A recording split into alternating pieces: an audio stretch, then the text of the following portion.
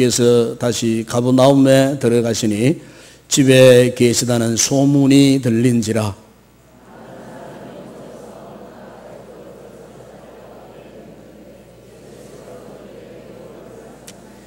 사람들이 한 중풍병자를 네 사람에게 메워가지고 예수께로 올리세.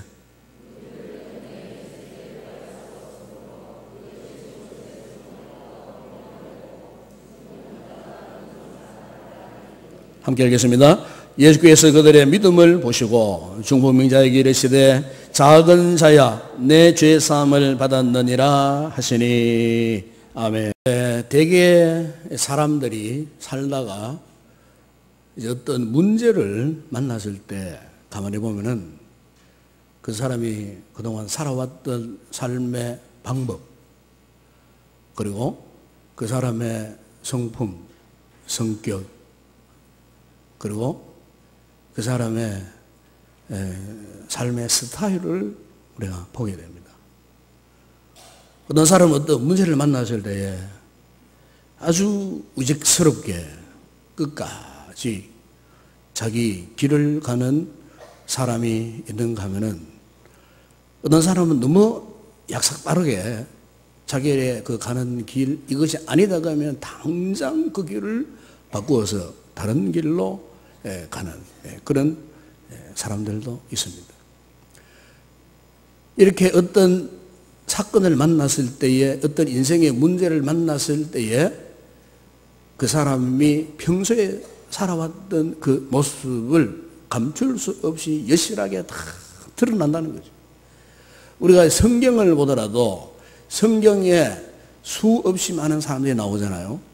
믿음의 사람들의 모습을 이제 보게 되면 그 사람들도 다 어떤 그들이 처한 삶의 정황이나 사건이나 사건 속에서 나타나는 그 사람의 가지고 있는 특유한 성품이나 기질이나 이 삶의 스타일이 그렇게 나타나는 것을 볼 수가 있습니다. 이를테면은 구약 성경에 여러분 요나서에 보게 되면은 요나라는 인물이 나옵니다.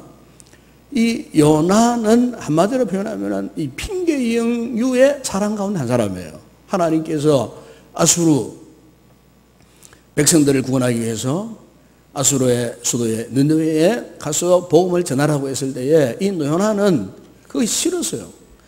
그래서 하나님 말씀을 거부했어요. 여러 가지 핑계를 대었어요. 그리고 하나님이 원하시는 방향으로 나아가지 않고 전혀 다른 정반대 방향 다시스라고 하는 곳으로 도망을 치다가 인생의 큰 풍랑 가운데 놓여진 그런 예를 우리가 거기에서 볼 수가 있습니다. 또 여러분 우리 신약성경에 보게 되면 가룟유다, 예수님을 은30에 파는 사람 아닙니까? 그는 실수했어요. 그런데 그는 그 실수를 극복하지를 못했어요. 한마디로 말하면 이 사람은 좌절형입니다. 어떤 문제 앞에서 그 문제를 극복하지 못하고 좌절해버린 거예요. 그리고 마지막에는 자기 생명을 스스로 포기해버렸어요. 소위 자살했다 그 말이에요. 또 우리가 이 구약 성경 전체를 보면은 구약에 나타난 이스라엘 백성들의 모습을 보게 되면은 이 이스라엘 백성들은요 아주 부정적인 성향을 가진 그런 사람들이었어요. 하나님께서 애굽에서 그들을 부르셔갖고 구원하시고 홍해의 기적을 경험하게 하시고 그다음 광야의 삶을 살 때 하나님께서 일거수일투족을 그들을 보호하시고 지키시고 인도하시고 심지어 먹는 것 마시는 것까지도 하나님께서 다 해결해 주셨음에도 불구하고 그들을 항상 원망투성이었어요. 왜냐하면 그들의 삶의 정황을 항상 부정적인 안경으로 바라보다 보니까 감사도 모르고 은혜도 모르고 항상 원망불평. 그래서 여러분 민수기 21장 5절이야 그 6절에 보게 되면은 그들은 하나님을 향해서 원망했고 모세를 향해서 원망했고 그리고 우리를 애굽에서 인도해서 왜 죽게 하느냐고 불평했고 이곳에서는 먹을 것도 물도 없는 곳이라고 하나님 주시는 그 영적인 신령한 만나를 싫어하기도 했고 그래서 결국 뭡니까? 하나님께서 그들에게 불뱀을 내려가지고 그들을 심판하시고 원망 불평하던 광야 1세대들이 결국에는 가나안 땅에 들어가지 못하고 광야에서 다 멸망당했던 사실을 우리가 성경을 통해서 우리가 알 수가 있습니다. 이와는 반대로 여러분 모세라는 사람은 문제투성이 사람들을 만났어요. 무지투성의 환경, 광야에서도 어떠했습니까? 그는 끊임없는 도전 정신을 발휘했습니다. 믿음으로 도전했고 믿음으로 그 모든 장애물들을 극복하고 있고 나아가는 한마디로 도전형의 사람으로 그가 살았던 것을 볼 수가 있습니다. 또 여러분 성경에 이삭이라는 인물이 나오죠. 이삭. 하나님께서 아브라함의 가정을 축복하시려고 100세 때에 귀한 독자 이 외동 아들 이삭을 주셨는데 어느 날 하나님께서 그 이삭을 모리아 산상에 제물로 바치라고 했어요. 그런데 아브라함의 믿음도 믿음이지만은 거기 보게 되면은 이 이삭은요 아버지가 그를 묶어다가 짐승을 잡는 번잔에 올려놓았어요.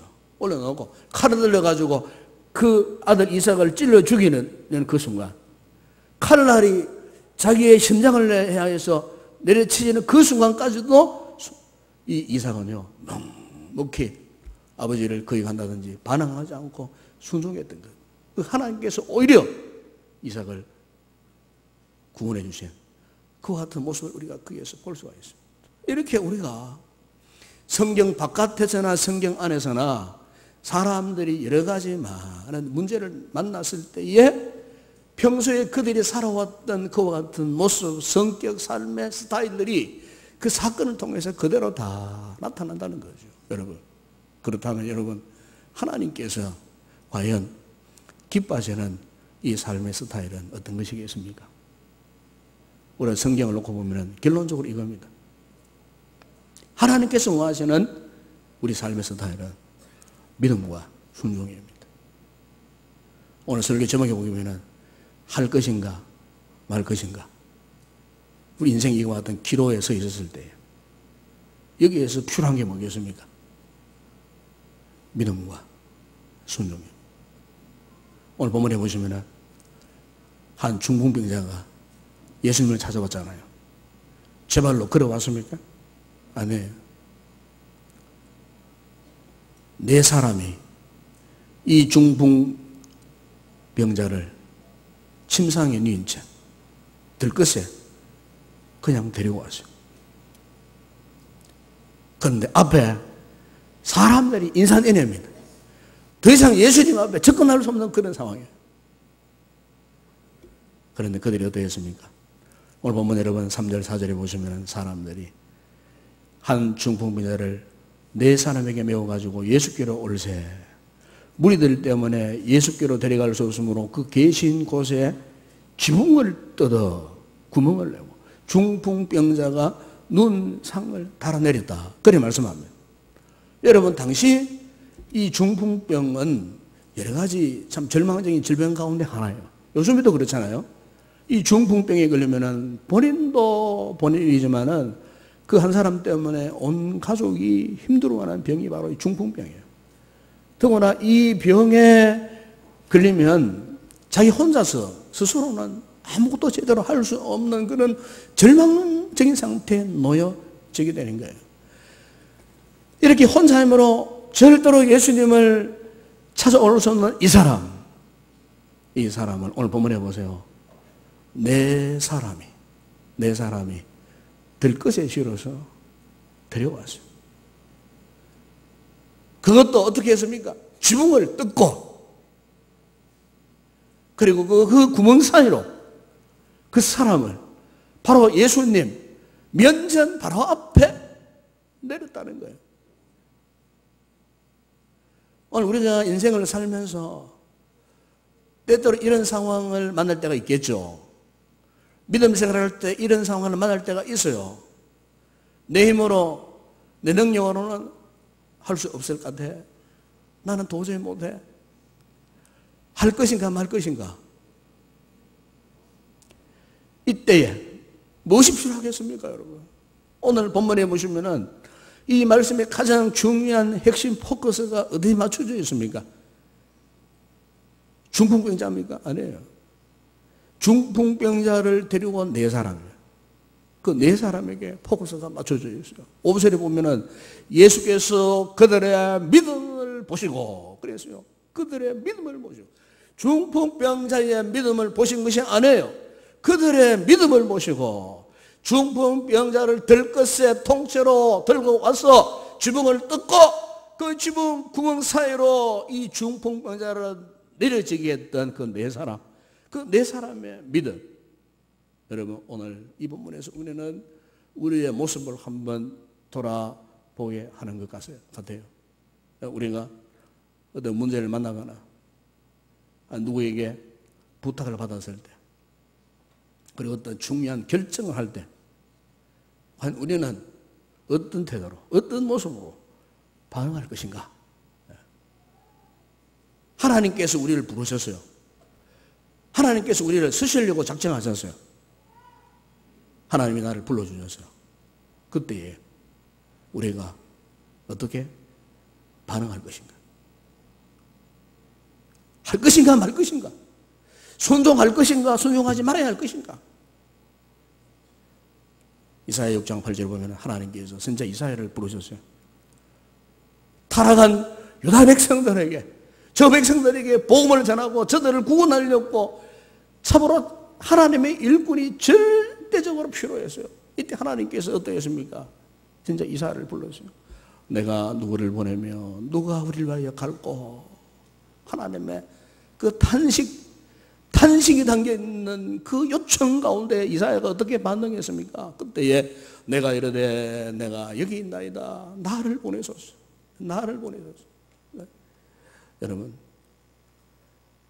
믿음이 있는 사람은요, 언제나 할 것인가 말 것인가 하는 이런 기로에 섰을 때에 항상 믿음으로 반응합니다. 믿음으로. 손에 쥔것도 없고 능력도 없고 힘도 없지만은 이것이 하나님의 뜻이다. 하나님의 계획하십니다. 하나님이 지금 요청하시는 것이다고 그렇게 믿어질 때에 하겠습니다. 아멘. 하면 된다 하는 이런 반응을 나타낸다는 거예요. 오늘 본문을 보시면은 중풍병자는 절대로 혼자 주님을 찾아올 수 없는 그런 상황이었습니다. 또한 이 중풍병자를 데려온 네 사람의 입장에서도 마찬가지입니다. 만약 이 사람들이 오늘 주님께서 말씀하신 것처럼 믿음으로 반응하지 못했을 때, 인간적인 생각으로 했을 때 어떤 반응이 나타났겠습니까? 그 친구를 겨우 데리고 오세요. 어쩌면 그 친구를 이곳까지 데리고 오는 그 순간까지도 갈등이 많았을 거예요. 할까 말까 여러 가지 갈등이 많았을 거예요. 딱 왔는데 마침내 수많은 사람들이 인사드리네요. 장애물이 있다고 말해요. 아이고, 포기하자, 돌아가자, 헛수고나. 더 나아가서 이 중풍병을 지붕으로 끌어올린다. 이거 말도 안 된다. 도대체 지붕으로 끌어올려가지고 뭘 하겠다는 건가? 지붕으로 끌어올려서 구멍을 뚫어요. 속으로 돌아왔나? 정신이 있나 없나? 왜 지붕을 뚫어가지고 어떻게 했다는 말인가?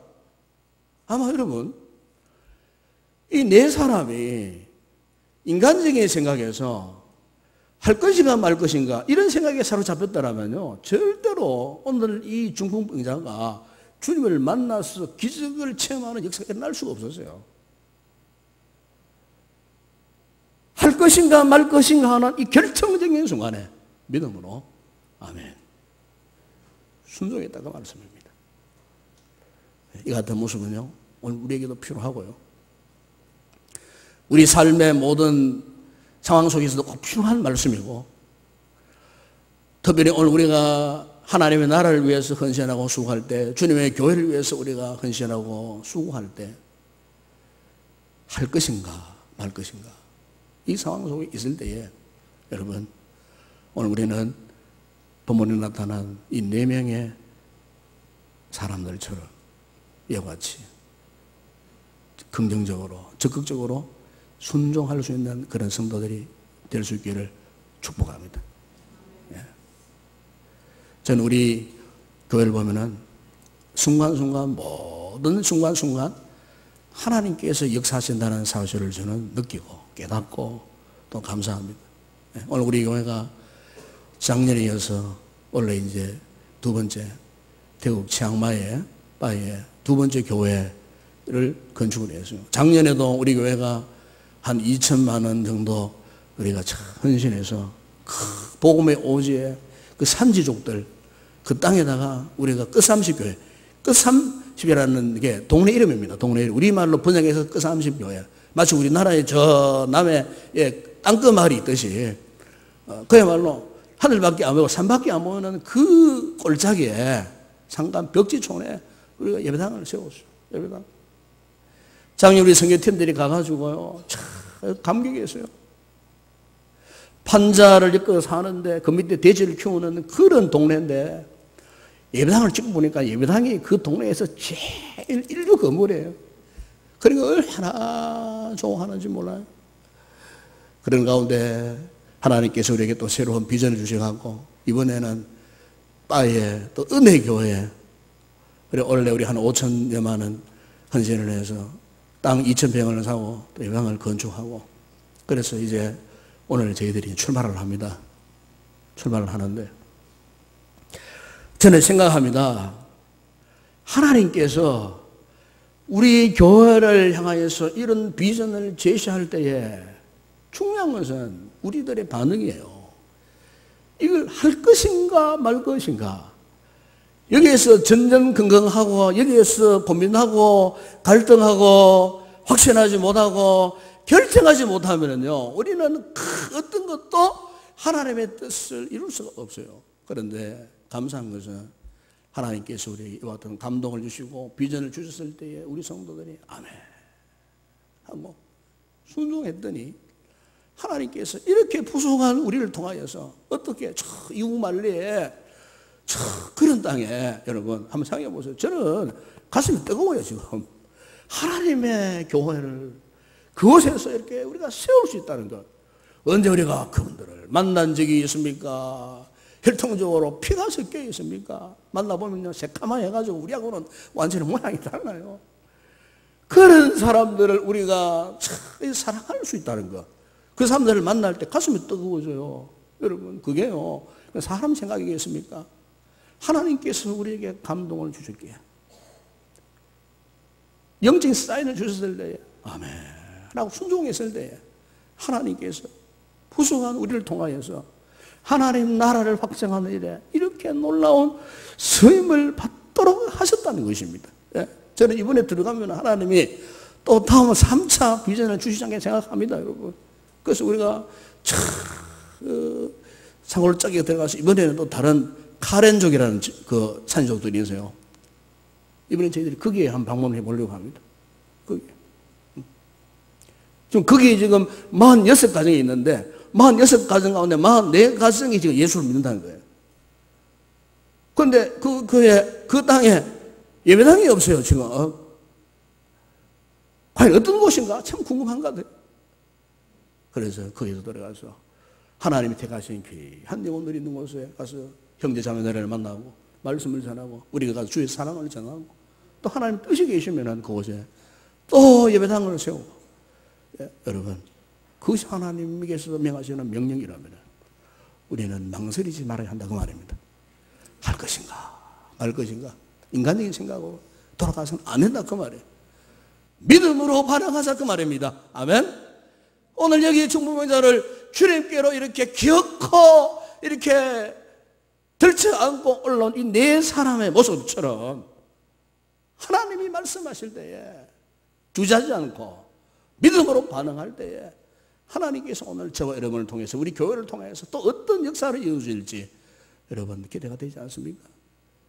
바라기는 우리 온 성도들이 지금까지도 기도로 후원하시고 물질로 후원해 주시고 오늘에 이르도록 이 같은 역사를 함께 하셨는데 앞으로도 우리가 이 말씀에 근거해서 이 4명의 무명의 사람들, 믿음의 사람들처럼 믿음으로 반응할 때 보십시오. 12절에 보십시오.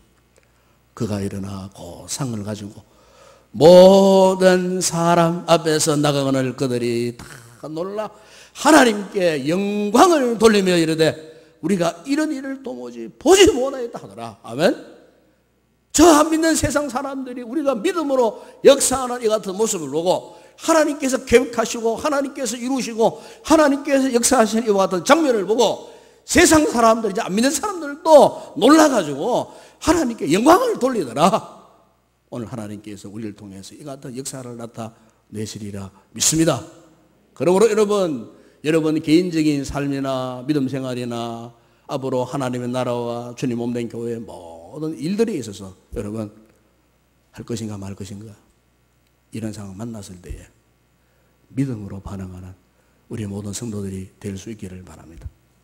주님 앞에 하겠습니다. 순종하는 역사. 거기에 이 같은 놀라운 역사가 반드시 나타나리라 믿습니다.